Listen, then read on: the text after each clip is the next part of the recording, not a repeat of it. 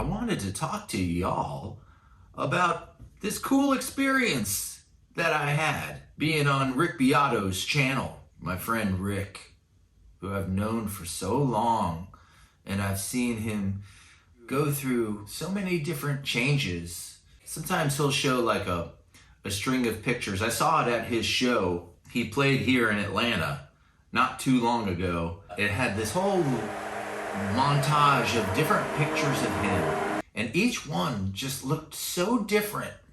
And that's how I see him through the years. Like, he's just been able to morph into this different person one after another.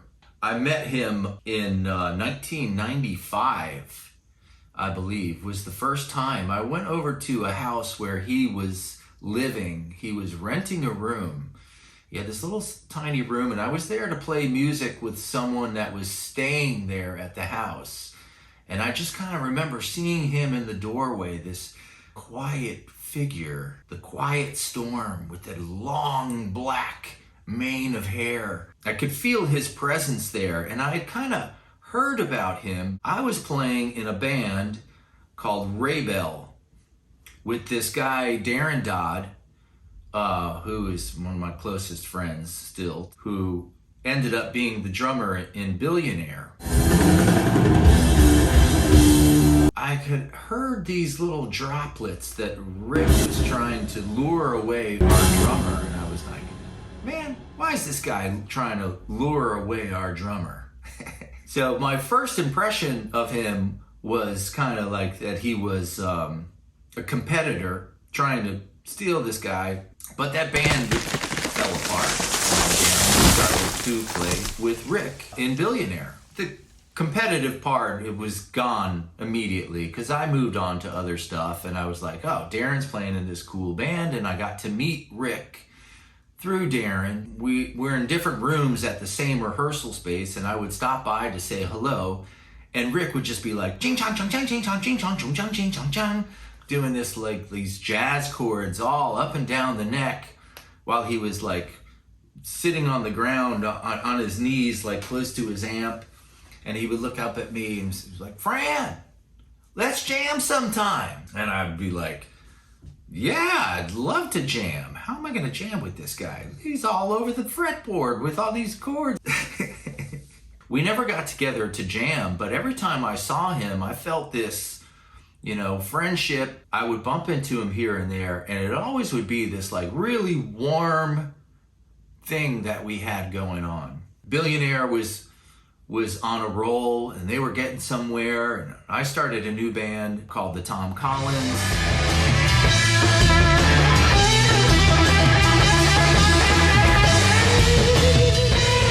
And we were both doing our thing and getting somewhere. And Rick started to go into producing. And at the time, he was teaching guitar at this place, Buckhead Music. He had this whole arsenal of students that he taught every week. And as he was becoming more of a producer and didn't need to teach guitar anymore, he got in touch with me. He offered me his whole schedule of students, which at the time was a really, cool thing. I was working at a coffee shop called Aurora Coffee. This coffee shop allowed me the opportunity to leave and go on tour and come back. So I had this cool job that I would always come back to. It was a very musical place in a cool part of town. I was surrounded by musicians. At this time when I started teaching guitar, I kind of cut back on Aurora. I would lose touch with Rick.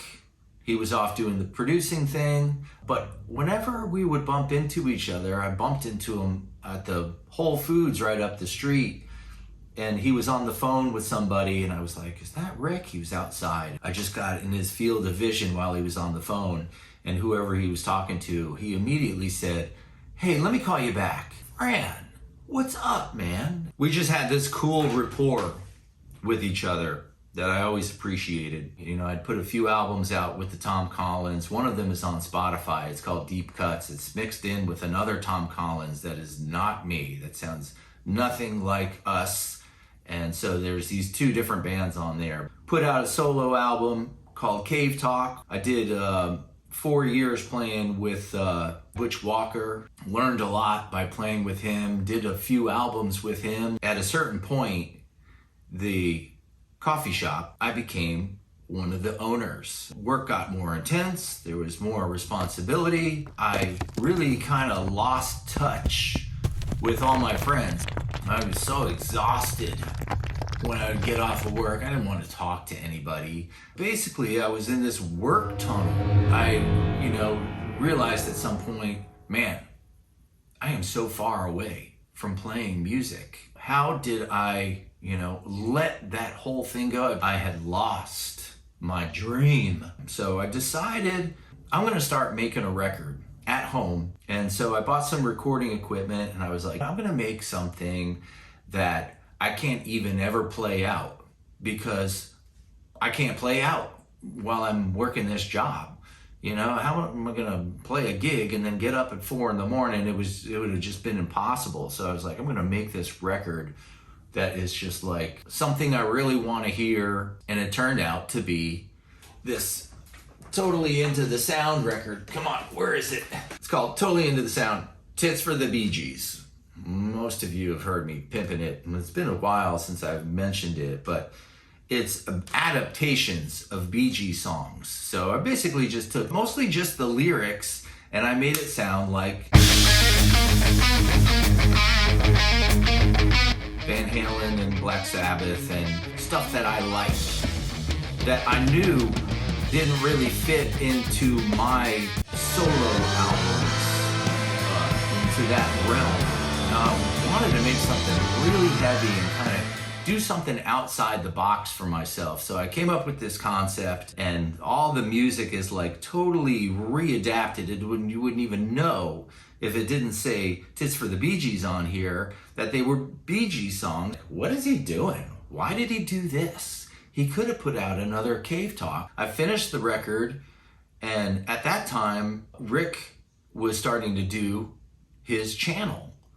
And I found out through Darren, Rick started a YouTube channel, and I saw the video with him and his son doing the ear training thing, and I was just as blown away as the rest of the world was by this. And I was like, wow, oh my God. And I was hearing about some of the things that he was doing, and I was like, man, Rick, God bless him. He is just like fearless and on another level. And I started keeping up, with his channel, and I would hear, Rick's got,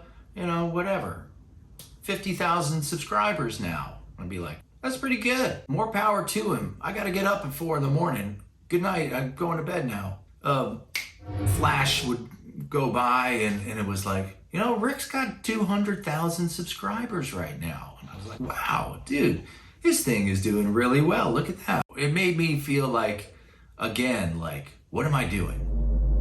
I'm just in this work tunnel, but I am working on this record. And as it got finished, right around that time, my dad died, and it was COVID time. Everything, like so many of us, it changed at our job. And me and my partner at the coffee shop, our relationship just went down the tube, and my body started to reject the job. Fran, don't go here anymore. I was totally depressed. So anyway, my dad died, and I went to his funeral, and after the funeral, I was sitting in his chair, and I was like, could almost hear him saying, yeah, don't work at that job. And I was like, you know what? I'm gonna get in touch with Rick. I'm gonna play him this new record. I got in touch with him. He hit me back right away, and he was like, hey, old friend, how are you? What's going on? Come over to the studio, come over to my house. And I went over to his house. I played him my record, and he was like, very positive about it. And in that conversation, it came out that, I was dying at my job. And he was like, Fran, how long are you gonna work at this place? You're gonna be working there your whole life. Why don't you do what I'm doing? Start your own YouTube channel. And he grabbed the camera and he was like, here's you. Hey everybody, I'm Fran. here's Jimmy Page, I'm going to play you this song by Jimmy Page. Which he was very much on target about. He knew me enough that I loved Jimmy Page and was probably going to do many videos about him. And it was like this funny moment where he was like, had the camera on this little selfie stick, and he was roaming around the room of his studio pretending he was me. And I was there for like 4 hours that day. That was the day that he told me about wardcarroll. He's like, I've got this other friend, wardcarroll, and he started his channel, and I helped him with it. And he's doing great. I'm gonna help you with your channel. And I was like, all right, yeah, I'm into it. I had a little money saved, so I knew I could coast for a little bit to try and get this channel of mine up and running. And he was like, dude, I'm gonna help you. I'm gonna help you get your channel, going. So I went for it. I put in my notice. My partner was very, it's almost like when I put in my notice, we were back to being friends again in that instant. And he was like, I understand. You're a musician. You need to be doing that stuff. And I put out my first video, and it was about this record. And the concept of it, my very first video, it's called Totally Into the Sound. I got 1,000 views in a day, which I didn't even know, like. Is that good? And I got a call from Rick the next day, and he was like, Fran, you got 1,000 views already. Is that all you doing that? Just watching it over and over? And I was like, no. At that point, I started putting out videos as frequently as I could, and I did a video about every song on this record. Rick called me back and he says, you got to start doing videos about other artists' music. And I was like, yeah, I know. I just want to promote this record right now because I can't even play it out. So eventually I did a video called Led Zeppelin Fantasy. I went over to Rick's. He invited me over. It was like around Christmas time. And I showed him this idea that I had where I put the Zeppelin stage behind me, all Jimmy's amps. And I reenacted this fantasy of being able to play on stage through Jimmy's amp.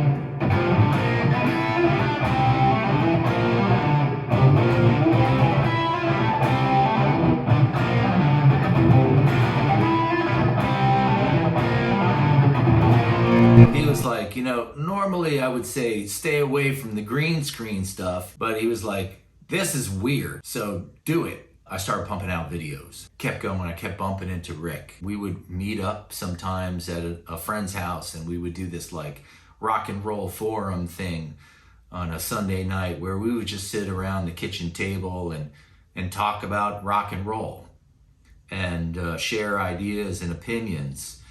And he'd be like, I'm gonna, have you on my show. Cool, my guitar's in the trunk. You wanna do it right now? But, Rick was so huge when I started making my videos, but even just a few months after that, he's interviewing this person and that person. I mean, he's just like skyrocketed up into like this upper echelon of rock royalty interviews. So I went over to Rick's one night. He was helping me with my thumbnails.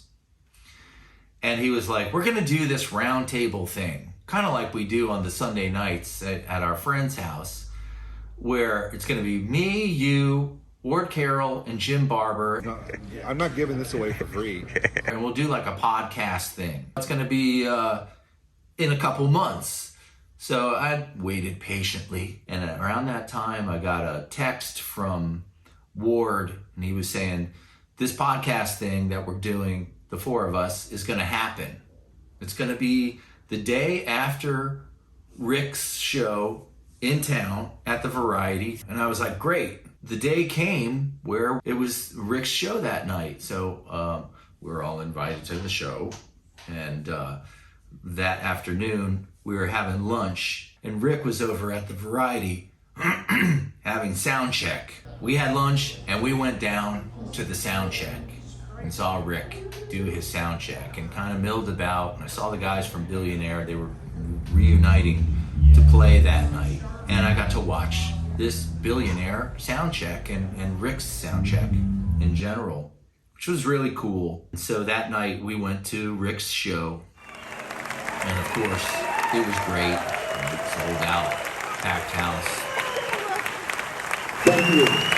There was like a after party upstairs at the same venue. It was a really nice day. And the next morning we were gonna all go over to Rick's and do this podcast. I came home and I went to bed and I woke up and I was like, whoo! Today's the day. Been kind of waiting for this. I've been replaying the last couple years in my head and the ups and downs and trials and tribulations of my life, thinking like, all right, well, it's all kind of culminating right now. So went over there, we eased into it, and we just kind of hung out for a couple hours. Jim Barber's got this really cool virtual reality thing going on. It's a headset that you put on, and then, you know, Buddy Guy is playing in front of you in the room. So it just kind of supplants him in the room that you're already in. And it seems like he's just playing right there in front of you. Just amazing to see Buddy Guy and be able to like walk right up to his life-size face and look at his brand new sneakers. And Rick was looking at it just like in amazement. He was like, how can I see under his hat? How can I see under his hat here? Rick had just played the night before. We were all kind of tired, but Billionaire just played. It was just like this really big, like, outpouring of information, emotion, nostalgia. We set up around this table and we started doing the podcast. And it's like, you know, we're just about to do it and nobody knows what we're even going to be talking about. We have a little bit of nerves, but it added a whole nother little dimension of nerves. It's really just kind of like on your toes and thinking off the top of your head. Probably talked for over an hour and 15 or 20, something like that. And it got chopped down to, I think it's about 40 something minutes. That was that. We all went out and had lunch. And so we had this like 24 hours of hanging out and all these great meals and great conversation. And we had done the podcast and it was in the can. Didn't know when it was coming out. A month goes by and it turns out it's my birthday. Somebody had given me a bunch of cakes and cookies and stuff. And it was about 5 o'clock in the afternoon and eating all this cake. And all of a sudden I get this text from Ward. It's a group text to me and Jim Barber. And it says, we're live. And it shows a picture of the thumbnail. And I was like, whoa. I wasn't expecting it, especially on that day. All of a sudden came out. I felt this like amazing sugar rush. The video came out, you know. How do I feel? I feel like I'm freaking out from sugar. I settled down and looked at it and I was like, wow, what a cool thing. 365 to 1 coincidence. Super cool present. That's the story of me going over to Rick Beato's studio to be on his channel. If you're still here, I know I've been rambling for a long time. My name is Fran Capitanelli. Check out my videos and thank you for subscribing. It's my stuff. I have to be proud of it. Or I'll die. Peace out.